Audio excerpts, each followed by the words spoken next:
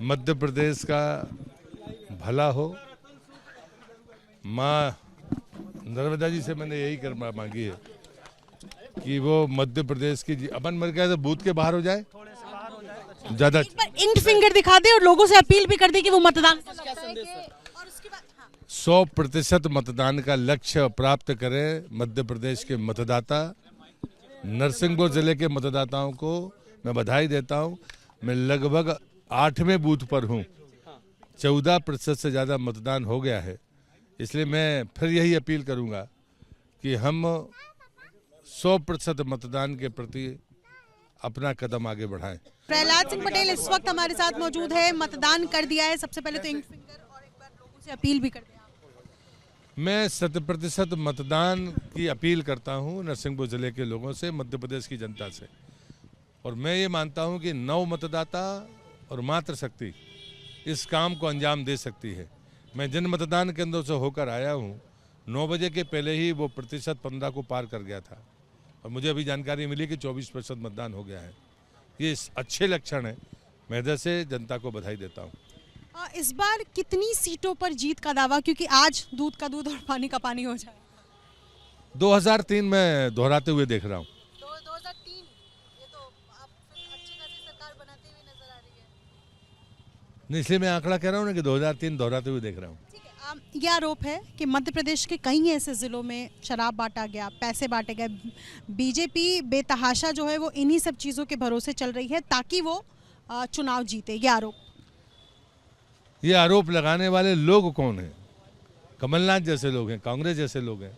अगर चुनावी राजनीति में धन बल और शराब जैसी गंदी चीज़ों का उद्गम अगर कोई है तो उस पार्टी का नाम है कांग्रेस। उन नेताओं का नाम है कांग्रेस के नेता। और कमलनाथ अगर ये बात कहते हैं तो ये उनकी हताशा बताती है कि वो चुनाव हार गए हैं। जो मैं कह रहा था कि छिंदवाड़ा की जनता परिवारवाद के खिलाफ इस बार एकजुट है और सजा देगी कमलनाथ को भी और उनके समर्थकों को भी। इसलिए मैंने कहा था 7 सीटें जीतेंगे। बीजेपी के पास जब कोई मुद्दे नहीं रहते हैं तो आखिरी तक उनको राम मंदिर याद आ जाता है, उनको पाकिस्तान याद आ जाता है। तो मध्य प्रदेश के चुनाव में इन मुद्दों के सहारे बीजेपी क्यों है? अगर राम जन्मभूमि का चित्र हम लगाएं कि 22 तारीख को उसका प्राण प्रतिष्ठा है और प्रधानमंत्री ट्वीट कर दें तो कांग्रेस के पेट में दर्द हुआ और वो शिकायत करने गए। मुद्दा हमने नहीं बनाया, उससे भयभीत होकर कांग्रेस ने मुद्दा बनाया। ये बात आपको भी समझना होगी और जनता तो समझ ही रही है और उसका जवाब जनता देगी। तो मुझे लगता है कि ना हम भयभीत हैं, हम खुश हैं। हम तो दीपावली मनाने की बात कर रहे हैं। अगर राम मंदिर का पोस्टर हम नहीं लगाएंगे कि 22 तारीख को प्राण प्रतिष्ठा है तो कौन लगाएगा? कांग्रेस थोड़ी लगाएगी। कांग्रेस के पुरखों ने जो गलती की है, अंधभक्ति के कारण, तुष्टीकरण में अंधे हो गए थे वो, इसलिए ये परिस्थितियाँ उनके सामने निर्मित हुई है। इंदौर में वोटिंग हो रही है और इंदौर से उधर आवाज आ रही है कि अब कैलाश विजयवर्गीय को मुख्यमंत्री बनाया जाए। मुझे लगता है कि विधायक मांग कर मुझे लगता है कि इसमें किसी को कोई आपत्ति नहीं होनी चाहिए। सब पार्टी को तय करना है, उसमें कोई दिक्कत नहीं। इसमें हम में झगड़ा नहीं है। हम तो सामने वाले को देखते हैं, बाकी को नहीं देखते। बहुत शुक्रिया बातचीत करने के लिए। तो प्रहलाद पटेल चूंकि कैलाश विजयवर्गीय को मुख्यमंत्री बनाने की मांग के सवाल पर हंसते हुए कह रहे हैं कि इसमें कोई आपत्ति नहीं होनी चाहिए। बहरहाल राम मंदिर, पाकिस्तान जैसे मुद्दे अगर मध्य प्रदेश के चुनाव में आते हैं तो ये क्या दर्शाता है? ये सवाल पर प्रहलाद सिंह पटेल का कहना है कि राम मंदिर अगर जिक्र किया जाता है तो इसमें क्या आपत्ति है। और मतदान केंद्र से निकले प्रहलाद सिंह पटेल ने एबीपी न्यूज से कुछ यूं बातचीत। मध्य प्रदेश कांग्रेस के अध्यक्ष कमलनाथ मेरे साथ हैं। मतदान कमलनाथ जी, सर आपने मतदान किया, मतदान से पहले मंदिर गए, जनता का आशीर्वाद मिले, भगवान का क्या आशीर्वाद मिला, क्या बताएंगे आप? मुझे आशीर्वाद पूरे प्रदेश के लिए, मैंने प्रार्थना करी कि पूरे प्रदेश को वह आशीर्वाद दे और मध्य प्रदेश का भविष्य सुरक्षित रखे।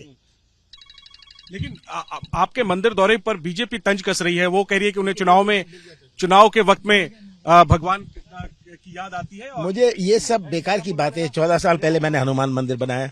जो मैं कर रहा हूँ वो मैं हमेशा करता हूँ। वोट डालने के पहले अपने गाँव के मंदिर में जाता हूँ।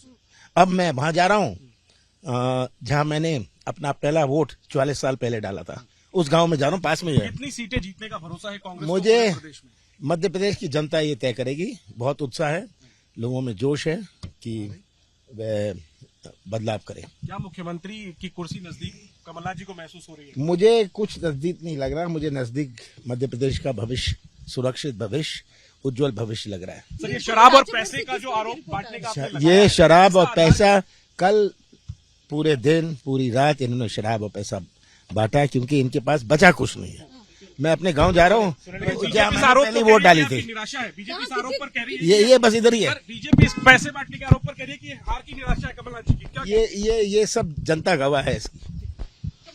तो कमलनाथ कह रहे हैं कि चाहे वो मंदिर दर्शन का मसला हो या बीजेपी के आरोपों का मसला हो, जवाब दे रहे हैं और कॉन्फिडेंट महसूस कर रहे हैं। और कुल मिलाकर के सारे सवालों का जवाब वो यही दे रहे हैं कि जनता तय करेगी। जनता क्या तय करेगी, ये चुनाव नतीजों के दिन ही पता चलेगा। तिमनी विधानसभा के मिर्धान शासकीय उच्च मध्य विद्यालय बूथ पे मतदान केंद्र पे मौजूद है। हालांकि यहाँ पे मतदाताओं की लंबी कतार है, लेकिन सबसे महत्वपूर्ण बात यह है कि यहाँ से सुबह सुबह सूचना आई कि मतदान के प्रारंभ होते ही दो पक्षों के बीच कुछ झड़प की खबरें आई। सर क्या हुआ था? तो यहाँ पे आप देख सकते हैं कि हालांकि पुलिस अभी कुछ कहने से बच रही है। भैया क्या हुआ था? सवेरे सवेरे हम वोट डालने आए तो इधर से ये बीजेपी के जो गुंडे हैं वो लाठी लेके खड़े हो गए थे। वो बोले कि तुम कैसे वोट डाले हो? लाठी से हमारे भतीजे का सर फोड़ दिया एक का। भतीजे का सर फोड़ दिया? हाँ, शिवरतन गौतम उसका नाम है। वो वहाँ अभी भी पड़ा हुआ है, अस्पताल भी नहीं जाने दे रहे हैं। वो जिन्हें चोट लगी वो पड़े? हाँ, अभी भी पड़े हुए हैं जी। वो भी नहीं आ रही है। वो मकान में पड़ा है, उसका सिर फट गया है, लाठी मारी है। रास्ता इनके मकान इनके पोलिंग के पास है। अब उधर से आए हम लोग, कल शाम को तो रोक नहीं गए क्योंकि वोट डालने मत आना, हम 4 आदमी पोलिंग भरेंगे।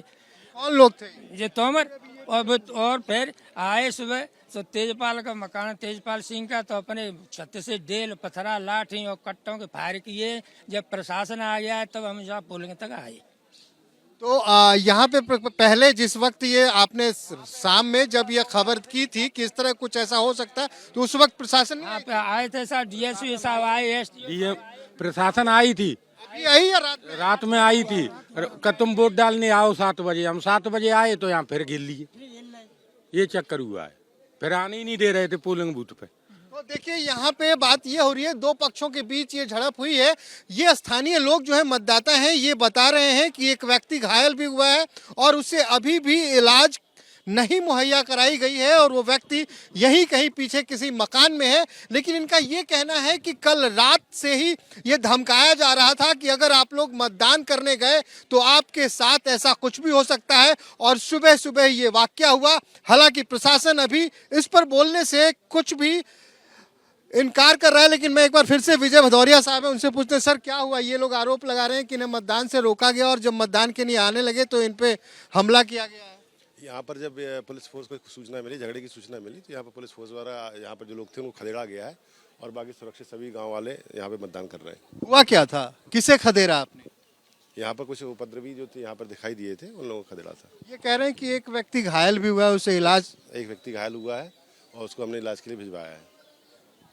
तो ये मिर्धान है, जिला मुरैना, दिमनी विधानसभा क्षेत्र। और सबसे महत्वपूर्ण बात, यहाँ से केंद्रीय कृषि मंत्री और भारतीय जनता पार्टी के सांसद जो हैं वो चुनाव लड़ रहे हैं। जी हां, हम नरेंद्र सिंह तोमर की बात कर रहे हैं। हालांकि ये भिंड और मुरैना का इलाका जो है, ये माना जाता है कि यहाँ इस तरह की घटनाएं होती हैं, लेकिन मतदाताओं को पहले ही कल से ही ये धमकाया गया था कि अब मतदान करने नहीं जाएंगे। तो फिलहाल यहाँ पे अब मामला शांतिपूर्ण है। आप देख सकते हैं बड़ी संख्या में यहाँ सुरक्षा कर्मियों को लगा दिया गया है और मतदाताओं की लंबी कतार एक बार फिर से अपने मतदान का अधिकार करने के लिए यहाँ पे कतारबद्ध हो चुकी है। आप देख सकते हैं एक बार फिर से दिमनी विधानसभा क्षेत्र के मिर्धान बूथ पे यहाँ पे एक बार फिर से हंगामा हुआ है। लगातार जो सुरक्षा बल हैं वो उन तमाम उपद्रवकारियों को खदेड़ने की कोशिश कर रहे हैं और यहाँ पे आके इन गलियों में उन लोगों को रोका है। क्या हुआ भैया? लटकिया आपको आओ डाल के आओ 2 मिनट ना भाई साहब। बहुत ज्यादा मारा, बहुत तापर लटकिया बाबा बूढ़े में और किसी को मारा है? इधर बुलाओ। क्यों मारा? क्यों मारा? वोट डाल के आए, वोट नहीं डालेंगे तुम। कह रहे वोट नहीं डाल। हाँ, वोट नहीं डालना है तुम। देखिए यहाँ पे इतनी सुरक्षा व्यवस्था होने के बावजूद भी लगातार इस तरह का उपद्रव जारी है। दिमनी विधानसभा क्षेत्र का ये निर्धान गांव है और लगातार यहाँ दो पक्षों के बीच हंगामा हो रहा है। एक पक्ष दूसरे पक्ष के लोगों को रोकने का प्रयास कर रहा है। ये खबर अभी भी जी क्या हुआ? जबरदस्ती रास्ता रोक है, वोट डाल के आए तक मैंने पकड़ के रोको है, हम जो करे जो भाजी गए तक। हाँ, तो ये देखिए लगातार इस तरह की ये घटनाएं हो रही हैं इन गलियों में। जब लोग इधर से या तो मतदान करने आ रहे हैं या फिर मतदान करके लौट रहे हैं, उन्हें मारने का प्रयास किया जा रहा है। कहा बताया जा रहा है कि इन गलियों से वो निकल कर आते हैं और यहाँ पे जो मतदान करने के लिए जा रहे हैं उनके ऊपर वो लाठी पत्थर से हमला करते हैं। सुबह सुबह खबर ये भी आई थी कि गोली चलाकर उन्हें रोकने का। जी क्या हुआ?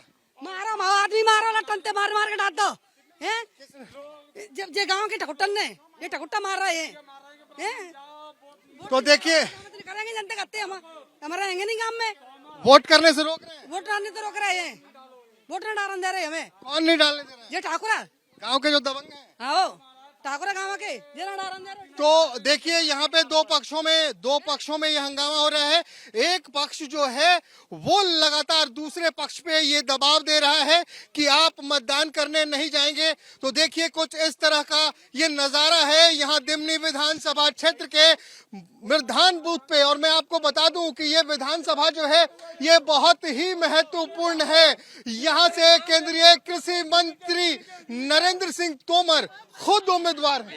मध्य प्रदेश का भविष्य आज तय हो जाएगा। कुछ देर में वोटिंग की प्रक्रिया भी शुरू होने वाली है, चंद मिनटों के बाद।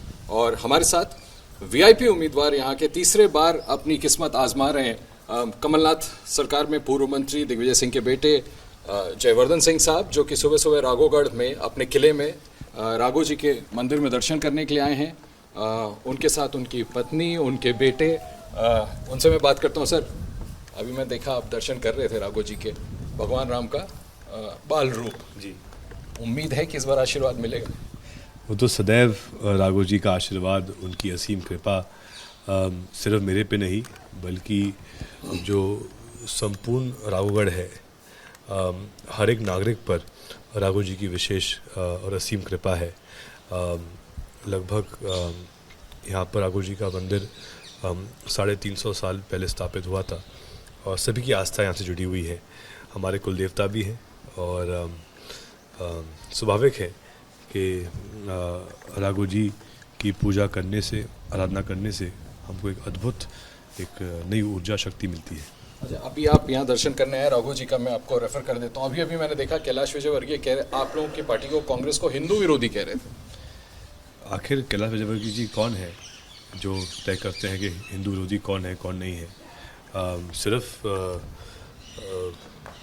क्योंकि भाजपा की हमेशा ये सोच रही है कि वो तय करें कौन हिंदू है कौन नहीं है। लेकिन हमने हमेशा माना है कि जो हमारे हिंदू धर्म का इतिहास है सदियों पुराना है, जबकि भाजपा तो स्वयं ही 40 साल पुरानी पार्टी है। तो आखिर और हमारा परिवार तो यहाँ पे 350 साल से है, तब से यहाँ पे हमने धर्म का पालन किया है। और उससे पहले भी हम तो गुगेर और गढ़ गागरोन से आए थे, जो और भी पुराना है। तो ऐसे में सिर्फ मेरी बात नहीं है, पूरे हमारे एक एक हिंदू जो अपने धर्म को निभाते भी हैं, धर्म को मानते भी हैं, वो एक निजी विषय है। लेकिन हर बार भाजपा को ये उनमें जो घमंड और अहंकार हो गया भाजपा के लोगों में कि वही तय करें कौन हिंदू है कौन नहीं है। उनके पास कौन सी गादी आ गई कि वो ये तय करने लगे हैं आजकल। तो आज जनता भी वैसे समझदार हो गई है। तो आपको क्या लगता है कितनी सीटें इस बार जनता देने वाली है आपको? हमें तो पूरा विश्वास है कि इस बार कांग्रेस की जो सीटें हैं वो लगभग 140 पार होंगी। सुजम्या जी, आपको क्या लगता है? आपसे ज़रूर पूछना चाहूँगा, आपको क्या लगता है? आपने भी प्रचार किया होगा, महिलाओं से मिली होंगी, तो ये लाडली बहना योजना वगैरह, आपका क्या असेसमेंट है? आपको लगता है कि इस बार एकदम 100% इतना मेहनत किया है सबने, ये तो करते ही हैं हमेशा। और 100% सरकार आएगी। तो आपको क्या लगता है कौन से मुद्दे हो सकते हैं जो महिलाओं को इस बार अफेक्ट कर रहे होंगे? मतलब सब कुछ, जैसे जो हम सुनने में आता है कि कांग्रेस सरकार जो कहती है वो करती है। जैसे मेरे फादर इन लॉ भी वो भी हमेशा से उनको रहा था, जब भी मुख्यमंत्री निवास था मुझे जानकारी मिली कभी भी किसी के लिए वो निवास बंद नहीं रहता था। जैसे किले पे है कि आप देखोगे गेट कभी भी बंद नहीं होता, तो बहुत ही वो पुश्तैनी रीति रिवाज है।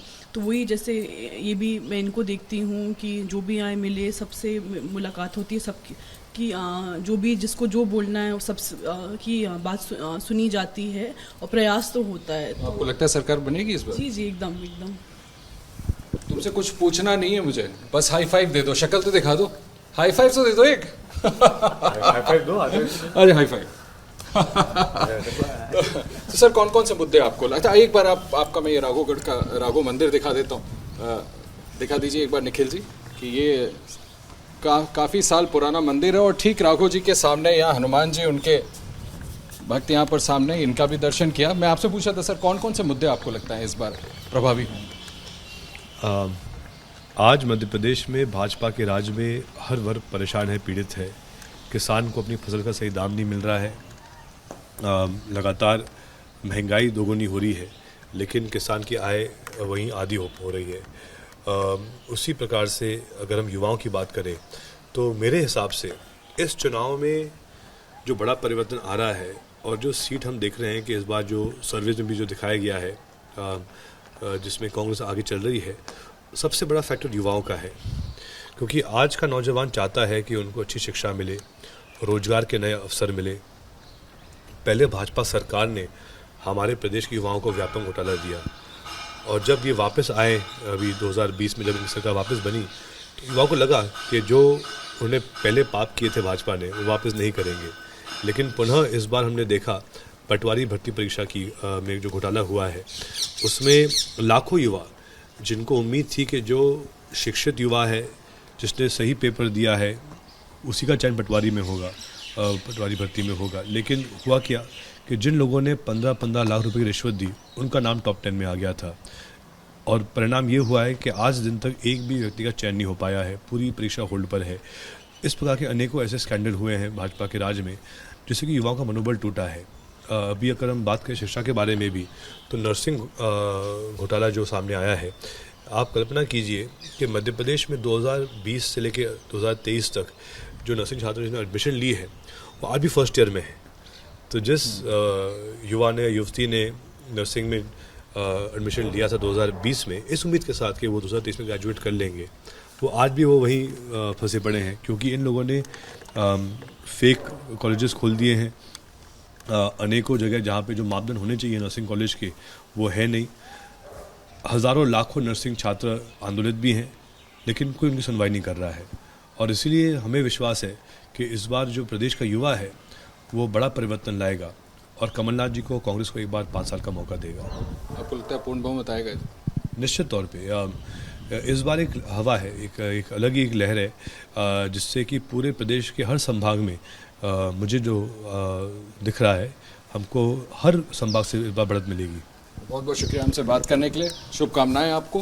हमारे साथ में आकाश विजयवर्गीय हैं। आपके पिताजी राष्ट्रीय राजनीति से लौटे हैं राज्य की राजनीति में, आपकी प्रतिक्रिया क्या है? ये पूरे प्रदेश में खुशी की लहर है और वो उत्साह सड़कों पर हमेशा दिखा भी है और मुझे पूरा विश्वास है कि वो रिकॉर्ड मतों से चुनाव जीतेंगे और मध्य प्रदेश में भी भारतीय जनता पार्टी 150 से ज़्यादा सीटें जीतेगी। हम सरकार बनाएंगे भी। बेटे को पिता के नाते त्याग करना पड़ा, ऐसा कुछ हुआ है? आप विधायक थे इसके पहले? नहीं, ऐसा कुछ नहीं है। हम तो कार्यकर्ता थे, हैं और हमेशा रहेंगे। हमें उसी में बहुत मज़ा आता है और किसे लड़ाना है किसे नहीं लड़ाना है तो पार्टी तय करती है।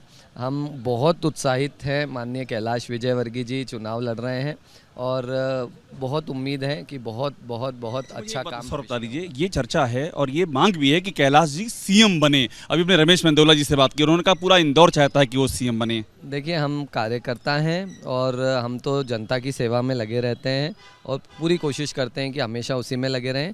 ये सब चीज़ें हमारे वरिष्ठ नेता तय करते हैं, हमें उनके विवेक पर पूरा भरोसा है। आपकी इच्छा है ऐसी कि आपके पिता सीएम बने, उनके अंदर वो काबिलियत है कि सीएम राज्य संभाल सकें सीएम के तौर पर? ऐसी इच्छा तो सभी के मन में रहती है और मुझे पूरा विश्वास है कि वो बहुत अच्छे से कार्य करते आए हैं पहले से और आगे भी करेंगे।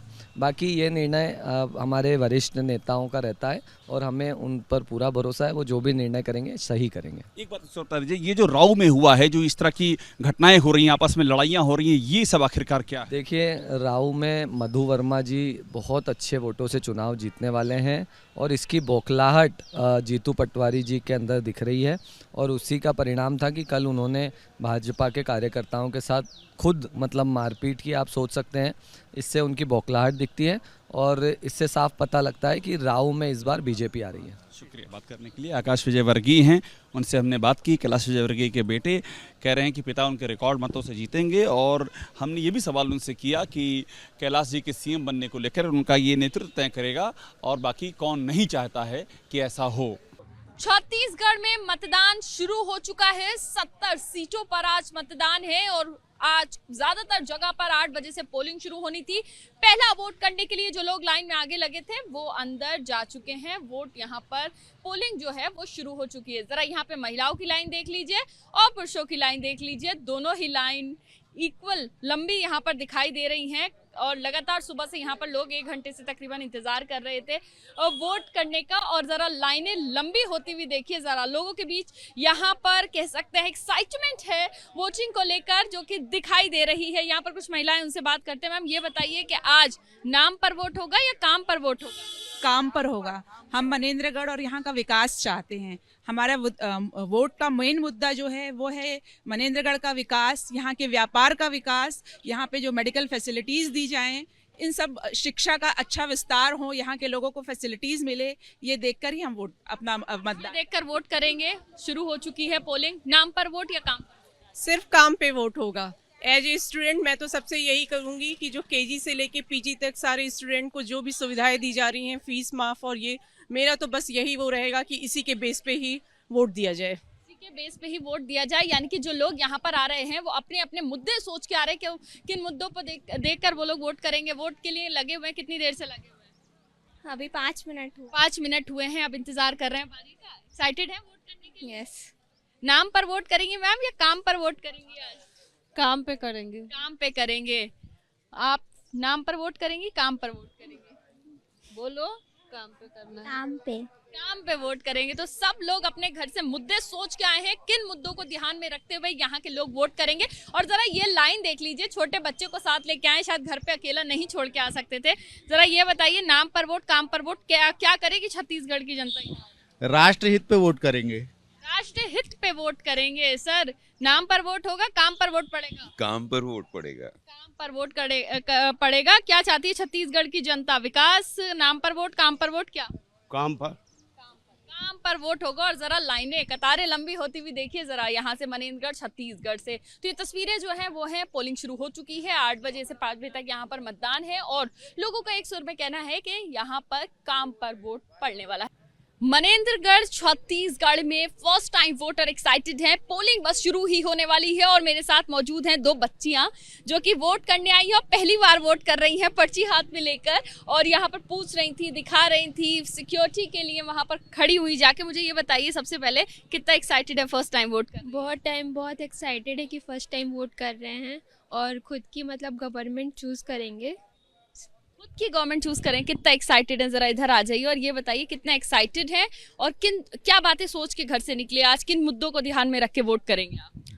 दीदी, एक्साइटमेंट तो बहुत है क्योंकि फर्स्ट टाइम वोटिंग है, किसी चीज़ का नॉलेज ज़्यादा था नहीं, तो एक्साइटमेंट ये भी है कि क्या होता है, कैसी प्रोसेस होती है, सब कुछ देखेंगे और सब कुछ न्यू था। अभी जितना भी व्यू है ये सब भी, हमेशा बाहर तक आते थे और चल देते थे और बस मम्मी लोग भी अंदर ज़्यादा एंट्री नहीं मिल पाती थी। और फर्स्ट टाइम अपना ओन है वोट, अपनी तरफ से हम लोग चॉइस करेंगे, तो यहाँ एक्साइटमेंट तो बहुत है। एक्साइटमेंट है। जब घर से आप आई तो क्या सोच के आई? कौन से ऐसे मुद्दे थे जो सोचा था ये सोच के मैं आज अपना कैंडिडेट चुनूंगी? सबसे बड़ा मुद्दा था कि स्टूडेंट के लिए कुछ वर्क हो बेसिकली, जो गवर्नमेंट अभी नहीं कर रही है। तो बेसिकली मेरा मुद्दा स्टूडेंट्स था एंड मेनली करप्शन और मुद्दा जो था स्टूडेंट्स के लिए कुछ करना चाहिए। तो मुझे ये बताइए, आप क्या सोच के आए घर से, क्या ऐसे मुद्दे हैं जो स्टूडेंट्स के लिए? तो हम लोग ज़्यादा कुछ डिमांड्स नहीं है हम लोगों की, बट अगर सबसे ज़्यादा बेसिक नीड्स हो तो एक प्रॉपर लाइब्रेरी और बस यही सब एजुकेशन, लाइब्रेरी से रिलेटेड जितना भी हम लोगों के लिए फैसिलिटीज अवेलेबल हो पाए वो सब हो जाएं बस। ये मुद्दे जो हैं बच्चे सोच के आए। जाइए आप लोग वोट करिए बिल्कुल। और जाहिर सी बात है मतदान शुरू होने से पहले ही एक्साइटमेंट है उन बच्चियों में जो कि पहली बार वोट कर रही हैं छत्तीसगढ़ में। लोकतंत्र के इस महापर्व को त्योहार की तरह मनाने के लिए मुरैना विधानसभा में आदर्श मतदान केंद्रों का भी निर्माण किया गया है। इस वक्त हम एक ऐसे ही आदर्श मतदान केंद्र पे मौजूद हैं। सबसे पहले हम यहाँ के सूचना जनसंपर्क अधिकारी हैं, उनसे जानते हैं कि किस तरह की खास व्यवस्था इस मतदान केंद्र पर, जिसे आपने आदर्श मतदान केंद्र का नाम दिया है, किस तरह की खास व्यवस्थाएं हैं यहाँ? मुरैना विधानसभा अंतर्गत 3 आदर्श मतदान केंद्र बना है। जैसे कि आप ये देख रहे हो, नगर निगम का एक PWD कार्यालय और एक गंगा पब्लिक स्कूल में। आदर्श मतदान केंद्र में महत्वपूर्ण बात यह है, इसकी विशेषता ये है कि आदर्श मतदान केंद्र पर मतदाताओं को विशेष सुविधाओं का ध्यान रखते हुए यहाँ पर दिव्यांगजनों के लिए व्हील चेयर की व्यवस्था है, वेटिंग रूम बनाया गया है। और जो माएँ अपने बच्चों को लेके आती है, मतदान के लिए लाइन में रहती है, लंबी लाइन रहती है, तो उनके बच्चे परेशान होते हैं, उनके लिए विशेष रूप से खिलौना घर भी बनाया गया है, जिससे उनके बच्चे इसी मतदान केंद्र में मनोरंजन कर सके। साथ ही साथ यहाँ पर पीने की पानी की व्यवस्था भी विशेष रखी गई है। मतदाताओं के लिए सेल्फी पॉइंट भी रखे गए हैं, जिससे वो अपना फोटो खींचे। दिव्यांगजनों के लिए भी विशेष सुविधा इस मतदान केंद्र पर, आदर्श मतदान केंद्रों पर दी जा रही है। सर, अपना नाम? मैं रहीम चौहान, जनसंपर्क अधिकारी, नगर निगम मुरैना। तो ठीक हमारे पीछे आप ये आदर्श मतदान केंद्र देख रहे हैं। हम आपको इस आदर्श मतदान केंद्र के अंदर लेकर चलेंगे और आपको कैमरे पे दिखाएंगे कि आखिर किस तरह की वो तमाम सुविधाएं की गई हैं। बाहर से देखने में ये सहज मालूम हो रहा है कि लोकतंत्र के इस महापर्व को मनाने के लिए जहां मतदाताओं में उत्साह है, तो वो लोग भी जिन्हें इस मतदान पर्व को अच्छे से संपन्न करने की जिम्मेवारी दी गई है, वो भी उत्साहित हैं। तो आइए चलिए चलते हैं इस मुरैना के आदर्श मतदान केंद्र में और आपको दिखाते हैं कि आखिर यहाँ की तैयारियां कैसी हैं। मध्य प्रदेश विधानसभा चुनाव में मतदाताओं को प्रोत्साहित करने के लिए ऐसे कई कदम उठाए गए हैं और उसी में से एक है आदर्श मतदान केंद्र की स्थापना। जी हाँ, इस वक्त हम मुरैना विधानसभा क्षेत्र के मतदान क्रमांक संख्या 84 पे मौजूद हैं, जिसे कि एक आदर्श मतदान केंद्र का रूप दिया गया है। आप देख सकते हैं अंदर आते ही पूरे मतदान केंद्र को दुल्हन की तरह सजाया गया है। और जब आप और आगे चलेंगे तो ऐसी बहुत सारी चीजें हैं जिसे मैं आपको दिखाना चाहूंगा। ठीक हमारे पीछे आप यहाँ पे देख सकते हैं मतदाता सेल्फी पॉइंट। जी हाँ, आप मतदान करने के बाद यहाँ पे आके अपनी तस्वीरें ले सकते हैं और तस्वीर लेकर आप सोशल मीडिया पे डालकर अपने परिचित, अपने मित्रों को ये बता सकते हैं कि हमने मतदान कर लिया। अब आप भी घरों से बाहर निकलिए और इस महापर्व पे, लोकतंत्र के महापर्व पे अपना मतदान का कार्य पूर्ण करें। चलिए इसके आगे आपको लेकर चलते हैं। जी हाँ, देख सकते हैं ऐसे कई सेल्फी पॉइंट्स हैं और इसके अलावा कुछ और भी चीजें मैं आपको दिखाना चाहता हूँ। यहाँ पे देखिए, यहाँ पे व्हील चेयर भी रखे गए हैं, खास करके उन दिव्यांग मतदाताओं के लिए जो चल फिर नहीं सकते, लेकिन उनके लिए भी यहाँ इंतजाम किया गया है। यहाँ व्हील चेयर की व्यवस्था की गई है कि उन्हें इस व्हील चेयर से मतदान केंद्र तक, EVM मशीन तक पहुंचाया जाए। और ठीक हमारे इस साइड पे जो आप इलाका देख रहे हैं, ये वेटिंग एरिया है। अगर आगे लाइन लंबी हो तो यहाँ पे जो मतदाता हैं वो इंतजार कर सकते हैं।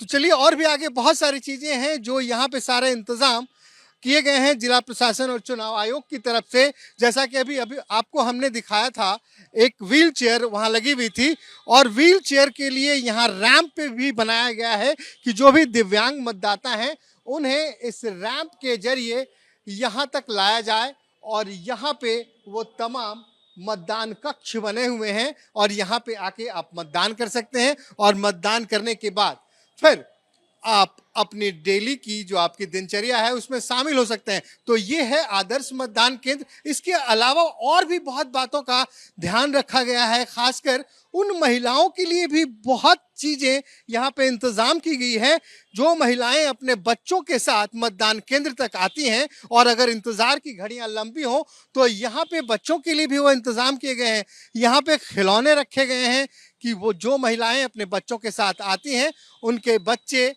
जब वो मतदान कर रही हों तो यहाँ पे वो खेल सकते हैं। तो देखिए ये तमाम इंतजाम जो है यहाँ आदर्श मतदान केंद्र जो मुरैना विधानसभा क्षेत्र में बनाया गया है, ये तमाम सुविधाएं की गई हैं। इसमें दिव्यांगों का ख्याल रखा गया, महिलाओं का ख्याल रखा गया है। इतना ही नहीं, उन बच्चों का भी ख्याल रखा गया है जो अपनी माताओं के साथ इस मतदान केंद्र तक आएंगे। तो ये तमाम कवायद जिला चुनाव आयोग की तरफ से की गई है, जिससे कि मतदाताओं में उत्साह जगे और अधिक से अधिक मतदाता मतदान केंद्रों तक पहुंच पाएं। छत्तीसगढ़ में किसकी सरकार बनेगी इसका फैसला तो जनता करेगी, लेकिन फिलहाल नेताओं में और पार्टियों में लगातार टक्कर जारी है। हमारे साथ हैं विकास उपाध्याय, विधायक हैं, मंत्री हैं, इस समय कांग्रेस से, और अब किस बात का आरोप और लड़ाई और ज्यादा तेज हो? देखिए, आरोप नहीं, भारतीय जनता पार्टी बौखला गई है, घबरा गई है। शराब बांटना, पैसे बांटना, अपराधी लोगों को संरक्षण देकर जो आम मतदाता है उनको डरा के धमका कर वोट लेना चाहती है। भरोसा तो जनता के बीच में रहा नहीं, लेकिन जिस प्रकार से कल एक बड़ी मात्रा में करीब 20 पेटी से ज़्यादा शराब को पकड़ने का काम किया गया, कंबल पकड़े गए, नगद कैश पैसा वो लोग बांट रहे थे उसको पकड़ने का काम हमारे कार्यकर्ताओं ने किया। और बहुत अच्छी बात यह है कि आम आदमी इसका विरोध कर रहा है। आम आदमी जो ये तमाम चीज़ों को, हथकंडों को अपनाने का काम भारतीय जनता पार्टी कर रही है। भारतीय जनता पार्टी के पास ताकत नहीं है, जनता का जनाधार खत्म हो चुका है। उनके केंद्रीय नेतृत्व इस बात को जान चुके हैं कि छत्तीसगढ़ के जितने भी जनप्रतिनिधि हैं, जो पूर्व मुख्यमंत्री, मंत्री, ये सब की धरती खसक चुकी है। इसीलिए अब इस प्रकार से कहीं 2000 रुपया देना, कहीं 1000 रुपया देना, कहीं कंबल साड़ी बांटना, कहीं गहने बांटना, और जो शराब की बात करते हैं, शराबबंदी की बात करते हैं, वो लोग शराब लगातार बांटने का काम कर रहे हैं। ये अपने आप में सोचनीय विषय है। इस बात को वो भांप चुके हैं कि अब ना वो जीतने वाले हैं, ना उनके प्रत्याशी चुनाव यहाँ सरकार उनकी बनने वाली है। चुनाव आयोग से आपने इसकी शिकायत की, वहां से क्या रिस्पॉन्स आया? देखिए, लगातार चुनाव आयोग को हर बार जब संकेत मिलते रहे उनको शिकायत की गई। खुद जाकर 2 दिन से चौकसी करके मैं खुद कल वहां जाकर शराब को पकड़ने का काम हम लोगों ने किया।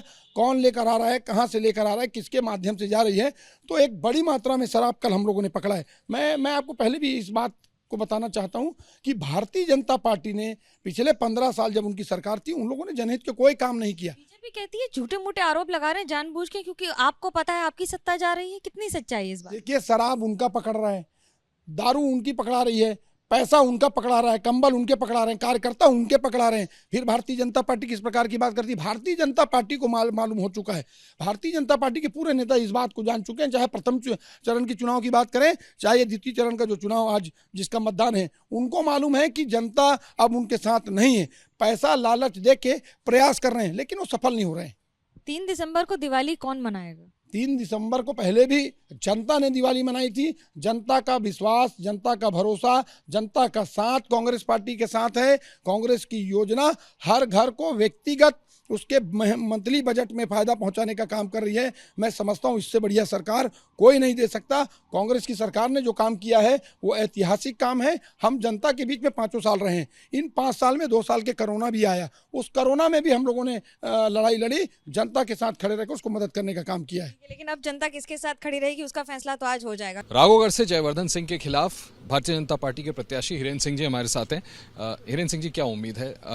जयवर्धन सिंह से मैं बात कर रहा था, वो तो कह रहे हैं कि इस बार की जनता ही बीजेपी को हराने पे लगी। जनता तो पूरा मन बना चुकी भारतीय जनता पार्टी को जिताने का। जयवर्धन सिंह शायद गलतफहमी में है, उनको लग रहा है कि हमारी परंपरागत सीट है, लेकिन ऐसा इस बार नहीं है। पूरा बदलाव हो चुका है और जनता में पूरी हवा है कि भारतीय जनता पार्टी के पक्ष में मतदान हो रहा है। जो 18-20 साल की एंटी इनकम्बेंसी का दावा देर कर रही है कांग्रेस पार्टी, आपको लगता है उसमें दम नहीं है? कोई दम नहीं है। जो कांग्रेस की 15 महीने की सरकार थी उसने कांग्रेस में सब कुछ खो दिया। किन किन मुद्दों पे आपको लगता है कि आप इतना आश्वासन जाहिर कर रहे हैं जनता आपके पक्ष में वोट डाले? देखिए, कांग्रेस ने ऐसी कोई बहुत अच्छे कार्य तो किए नहीं है, और जो वादा किया था पिछली सरकार में कर्ज माफ़ी का, उससे बहुत ज़्यादा आक्रोश जनता में। लाडली बहना जो योजना है शिवराज सिंह जी की, वो बहुत सार्थक हो रही है।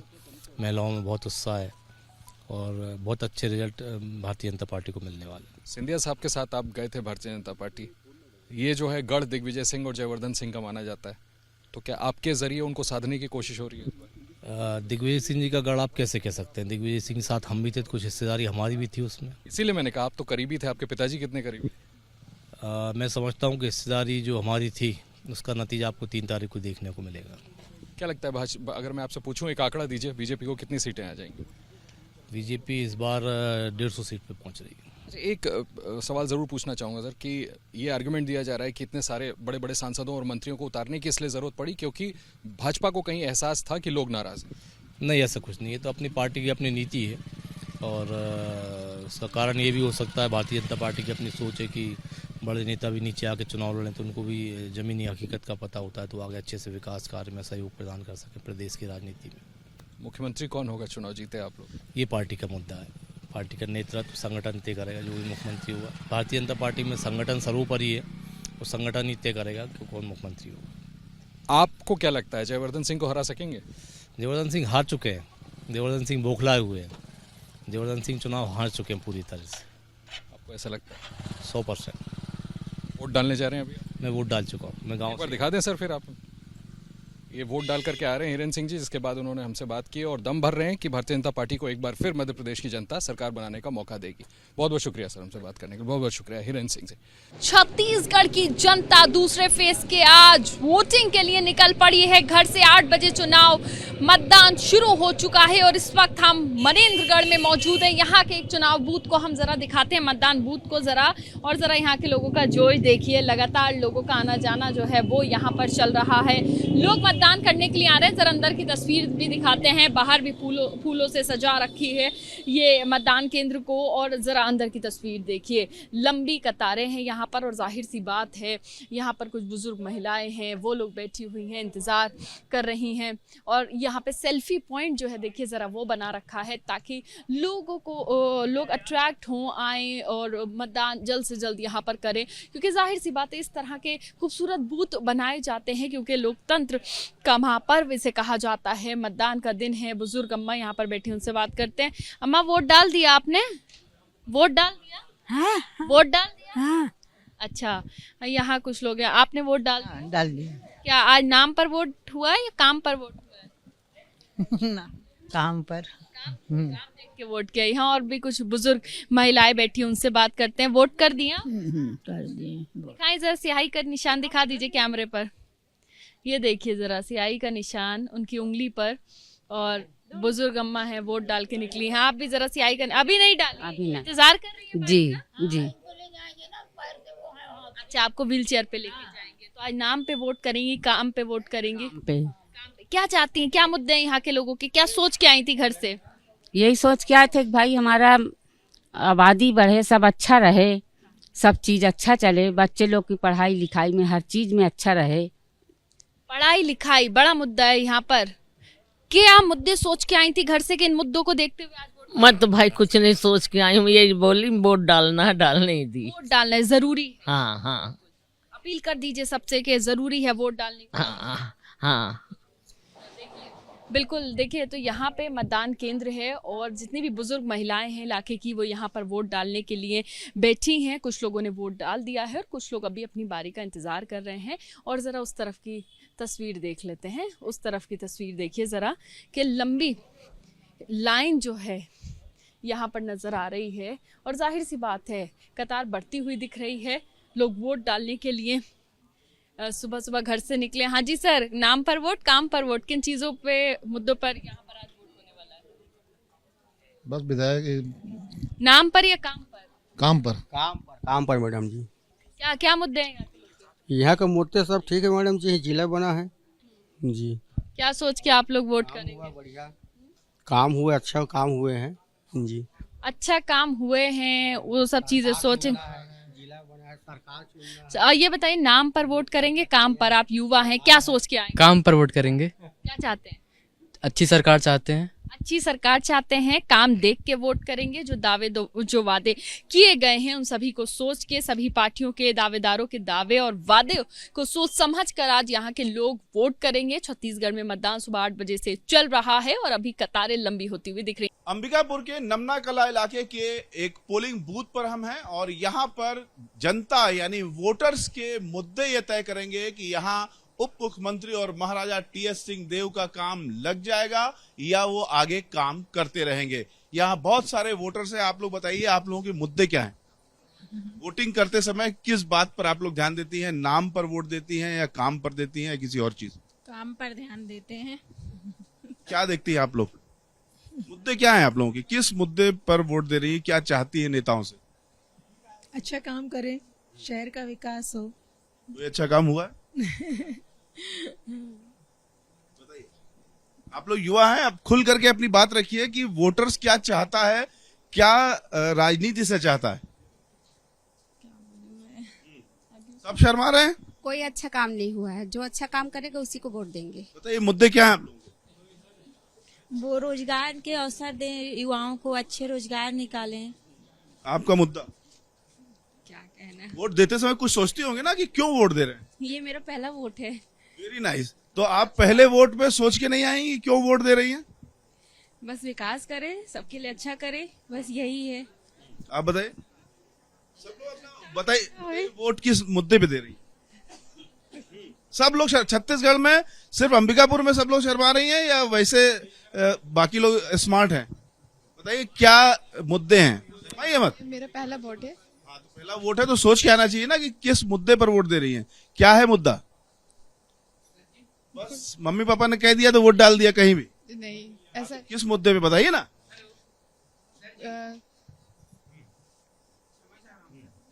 तो यहाँ पर आप लोग ज्यादातर महिलाएं ऐसी हैं जो चुप हैं, अपना मुद्दा भी नहीं बता पा रही हैं। स्वास्थ्य, शिक्षा, रोजगार और सफाई को ध्यान में रखते हुए वोटिंग करना। देखिए इन्होंने सबकी ओर से जिम्मा संभाला और मुद्दे बताए। यहाँ पर जो महिलाएं हैं वो काफी खामोश हैं, यानी मन में मुद्दे हैं, किस पर वोट डालना है ये भी पता है, लेकिन खामोशी है। वोटरों की जो खामोशी है वो भी एक विचार होता है, उसे किसी विचार की तरह ही पढ़ा जा सकता है। पोलिंग बूथ पर वोटिंग करके कुछ लोग आ रहे हैं, कुछ लोग वोटिंग करने जा रहे हैं। जो लोग वोटिंग करने आ रहे हैं, पहले करके आ रहे हैं, उनसे पहले हम बात कर रहे हैं। आप लोग बताइए आपके मन में क्या था कि क्यों वोटिंग करनी है? किसे वोट करना है ये नहीं बताना है, ये सिर्फ बताइए कि मुद्दे क्या हैं। मुद्दे में सर क्या है कि एक बार सत्ता चेंज करना है, ये हमारा पहले से राय था कि सत्ता एक बार चेंज। क्यों? क्योंकि बदलना चाहिए, सबको चांस मिलना चाहिए एक बार हर 5 साल में। हालांकि देखा जाए तो जो सत्ता में आते हैं वो वही चीज, मतलब वही इंसान रिपीट होता है, वही पर्सनल। तो अगर चाहे मतलब 5 साल, अगर कोई 10 साल किया है तो एक बार रहता है कि चेंज कर दिया जाए। बताइए क्यों? चेंज होने से कुछ परिवर्तन आता है। आप बताइए क्या मुद्दे हैं आप लोगों के? मुद्दे तो क्या रहेंगे, मोहल्लों के मुद्दे इतने हैं कि कोई सुनने को नहीं है। वोट के समय एक बार आते हैं, उसके बाद दोबारा आते नहीं 5 साल। लेकिन जब मंदिर, मस्जिद और दुनिया भर की चीजों पर वोटिंग होगी तो लोकल मुद्दे कैसे उठेंगे? तो बस वही बात है, कहानी तो वही है ना। मुद्दे तो जनता भी तो उसी में फंसी हुई है। वही बात है, बस भाई अपना तो वोट डालना काम है, बाकी मुद्दे तो अब सारे अटक जाते हैं। बात होती है, मुद्दों की कुछ होता ही नहीं काम, क्या करिए। तो मतलब आप लोग नेताओं के ट्रैप में आ गए। बस बात तो वही हो गई है भैया, भाई काम होता ही नहीं ना।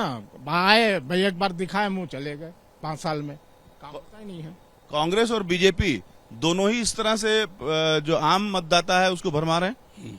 ऐसा नहीं है, सब अपने अपने मुद्दे बताते हैं, सुनते हैं उन लोग, और पब्लिक तो स्वतंत्र है, जिसके चाहेगी उसको वोट देगी कि कौन अच्छा कर रहा है, विकास काम कर रहा है, नहीं कर रहा है, उसके मन माफिक है। तो आपके मुद्दे क्या हैं? हमारा मुद्दा विकास है। आप बताइए। कोई भी जीते कोई भी हारे, और गांव शहर के सबका विकास हो। अब क्या कमी है उसकी पूरी किया जाए। अभी कुछ कमी दिखाई दे रही?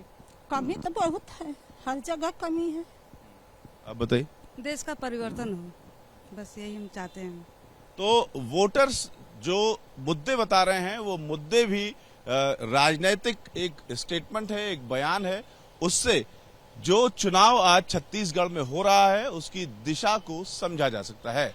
छत्तीसगढ़ में आज बीजेपी और कांग्रेस सभी के उम्मीदवारों का फैसला हो जाएगा। 70 से ज्यादा सीटों पर मतदान होना है, लेकिन इस समय मैं जिनके घर पर हूं उनको छत्तीसगढ़ का बच्चा बच्चा जानता है। बीजेपी के धरसीवा से उम्मीदवार हैं अनुज शर्मा, बहुत बड़ा नाम है इंडस्ट्री में, एक्टर, सिंगर, न जाने क्या क्या कहूं, लेकिन अभिनेता से नेता बनने के इस सफर में आज भगवान की जरूरत आन पड़ी है।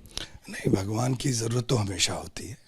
जब भी आपका सुख हो दुख हो जीवन में उन्हें हमेशा याद रखना चाहिए। डर लग रहा है? नहीं, बिल्कुल नहीं। कितना भरोसा और किस पर भरोसा है? मेहनत पर। क्या, कैसे उसको डिफाइन करेंगे? हमने खूब मेहनत की है और जनता का भरोसा है, उनका प्यार हमेशा मुझे मिला है, इस बार भी मिलेगा। मंदिर में तो है, लेकिन स्मिता जी हैं हमारे साथ। स्मिता जी, कितना उत्साह, कितना भरोसा, टीकाकरण वगैरह भी जारी है। मैं क्या है पूरा प्रोसेस, ये बताइए। कितना उत्साह, डर लग रहा है?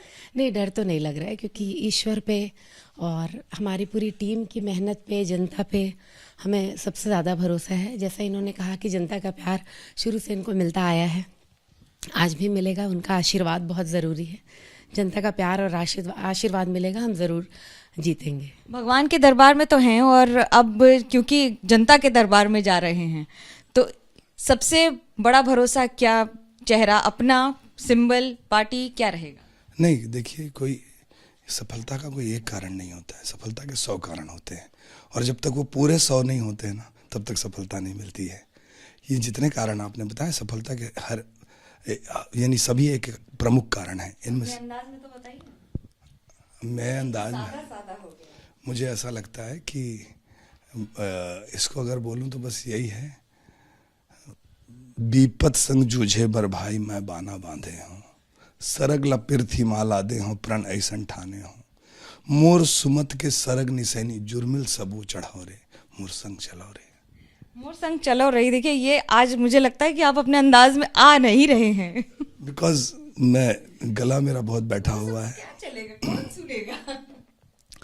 विपत संग जूझे बर भाई मैं बाना बांधे हूँ, इतनी हालत खराब। जब अभिनेता नेता बन जाता है तो गले का भी ये हाल हो जाता है। लेकिन फिलहाल आज बड़ा दिन, खास तौर से उनके लिए जो उम्मीदवारी में आज अपने टेस्ट के मैदान में उतरे। छत्तीसगढ़ में दूसरे चरण का मतदान, और बहुत बड़ा दिन, क्योंकि इस बार बीजेपी और कांग्रेस दोनों की साख दांव पर लगी है। इस पर बात करने के लिए हमारे साथ हैं छत्तीसगढ़ के पूर्व मुख्यमंत्री और राष्ट्रीय उपाध्यक्ष बीजेपी के डॉक्टर रमन सिंह।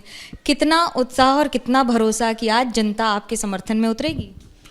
छत्तीसगढ़ घूमने के बाद और प्रथम चरण के मतदान हो जाने के बाद आज एक बड़ा दिन है, और मुझे लगता है कि 70 से ज़्यादा स्थानों पे मतदान जारी है। ज़्यादा से ज़्यादा संख्या में लोग मतदान की ओर आ रहे हैं, और जो उम्मीद मुझे है पूरे छत्तीसगढ़ घूमने के बाद, आज ये दावे के साथ कह सकता हूँ कि पहले चरण में जब 20 विधानसभा, जिसमें बस्तर और राजनांदगांव को लेकर हुआ, उसमें 20 में कम से कम 14 सीट पे हम आगे हैं। द्वितीय चरण के मतदान में मुझे लगता है स्थिति में ज़बरदस्त परिवर्तन होगा, और अंडर करंट अब लोगों को महसूस भी हो रहा है, जनता के चेहरे में झलक भी रहा है। आप मतदाताओं से पूछेंगे, उनकी लाइन, लंबी लाइन देखेंगे और वहाँ उनसे बात करते जाएंगे तो यह महसूस होगा कि परिवर्तन की ज़बरदस्त लहर छत्तीसगढ़ में है, और भारतीय जनता पार्टी स्पष्ट बहुमत के साथ छत्तीसगढ़ में सरकार बनाने जा रही है।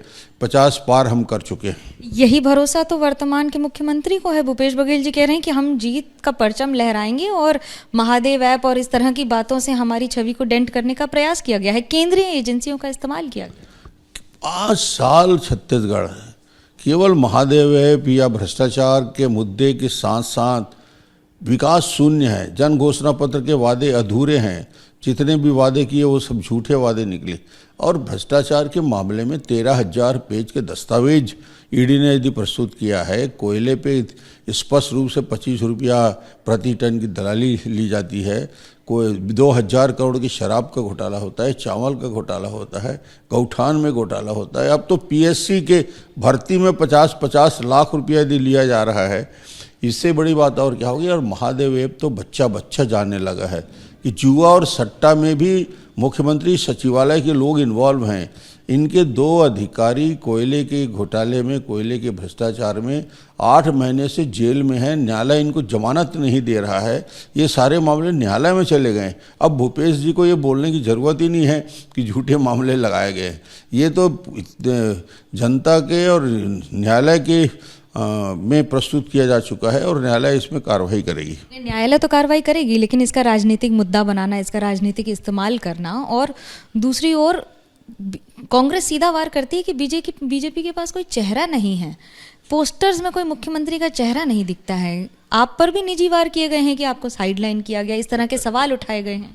मुझे देखिए, मैं 2003, 2008 और 2013 के चुनाव में भारतीय जनता पार्टी ने कोई डॉक्टर रमन को मुख्यमंत्री प्रोजेक्ट करके चुनाव नहीं लड़ा था।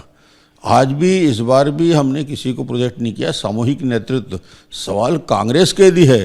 कांग्रेस में भी भूपेश के नेतृत्व को नकार दिया। भूपेश है तो भरोसा है। पहले ये बड़े बड़े पोस्टर लगा करते थे, अब आज ये हो गया भरोसे की सरकार हो, सामूहिक नेतृत्व हो। भूपेश का नाम नहीं है कहीं पे कि चुनाव में भूपेश के नेतृत्व में चुनाव लड़ा जाएगा। इसलिए मुझे लगता नहीं कि कोई बहुत बड़ा विषय छत्तीसगढ़ में है। और हर बार हम सामूहिक नेतृत्व में लड़े और चुनाव जीत के आए, सरकार बनाए। और अब जो 3 तारीख को गिनती होगी, उस गिनती में भी स्पष्ट हो जाएगा छत्तीसगढ़ में भारतीय जनता पार्टी बहुत आगे है। देखिए, कौन आगे कौन पीछे इसका फैसला तो जनता करेगी, लेकिन दिलचस्प जरूर है ये मुकाबला।